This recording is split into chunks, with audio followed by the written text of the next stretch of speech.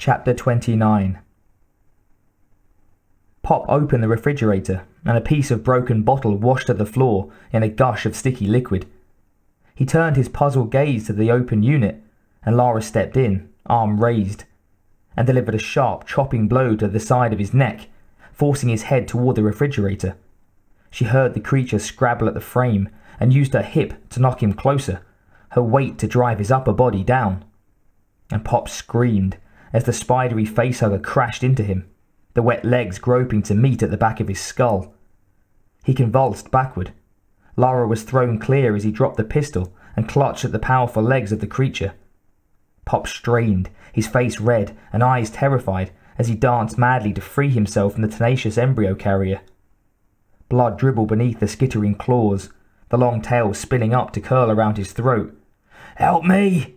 he gasped, and Lara stepped in, took a deep breath, and hit him in the gut as hard as she could. Eric collapsed to his knees, both of his hands loosening against the muscular digits of the facehugger, and Lara heard his last, choking swallow before he fell over, one hand flailing wildly at her as he went down. The creature settled itself, tail coiling tightly around Eric Izzard's throat, legs adjusting as it adhered itself to his dark purpose. His arm dropped, the fingers twitching once. "So long, Pop."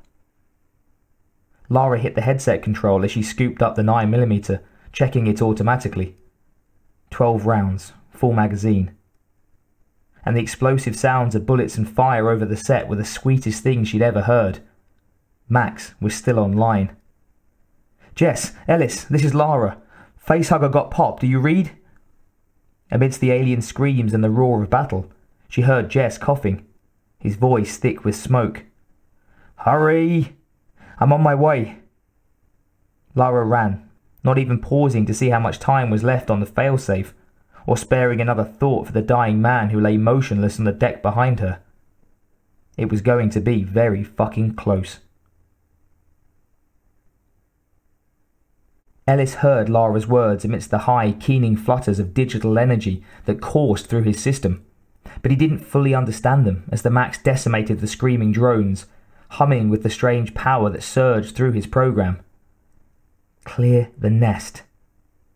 And he didn't even know what he'd disabled, and didn't care.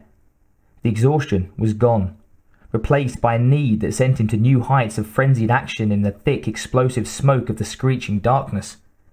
M108 canister grenades sent high-velocity sprays of alloyed buckshot to one side of them, as the flamethrower spewed ignited fuel across the drones on the other side. He used the pulse rifle to clear the straggling survivors of the explosions, the dull thunder of the bullets tearing their bodies to acid-spouting chunks. Ellis was Max again, but in a way that he could feel, and what he felt was hot and pounding, a crude mixture of passionate hatred for the teeming dark creatures, and fear for Jess, of wonder at the killing strength he commanded, and the throbbing pain inside his mind. And above it all, the rapid electrical pushes of the system's boosted power, urging him to destroy. The broken, smoking walls of the passage to his right were starting to burn, the build-up of oily fuel igniting. Jess or Lara shouted something from far away, and Ellis Max pivoted, smoothly swiveling his giant limbs as he turned, sent the weapons blasting down opposite paths. He was both of them now, the man and the machine, and Ellis had forced the program to his amplified will and created something greater than the sum of its components. Kill them all, destroy the hive, protect Jess. He gloried in the eradication of every single bug that threatened them, himself and the man who stood beneath him, coughing and screaming strange words. Modification of energy with purpose alteration. He had the power to do it. Jess was what he protected from the infestation. Ellis Max rode with the surges of malice and intent, the computer serving them both, and the enemy fell and burned within the Berserker's bottomless fury.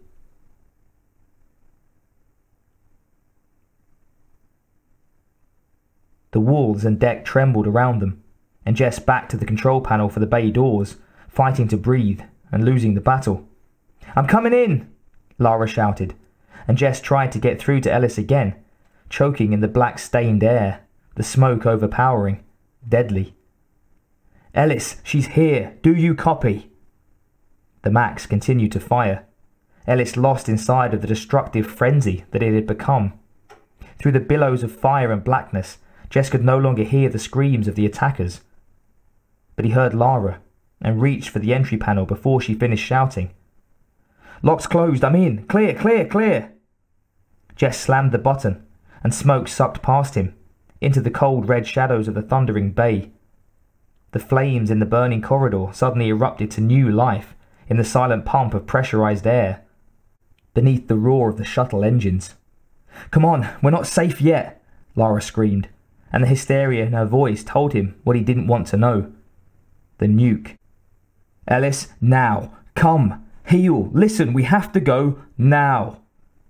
Jess backed into the bay, eyes tearing from frustration and shouting, from the sting of roiling smoke, and Max lowered its arms and stepped in after him. "Yeah, follow me, that's it."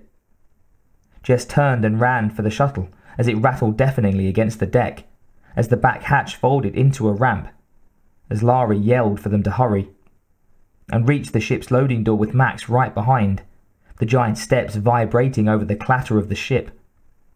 Jess spun on the ramp and backed into the shuttle quickly. Max bent its mammoth shoulders forward to clear the ceiling and stepped in after him. "We're in! Close the hatch! Go!"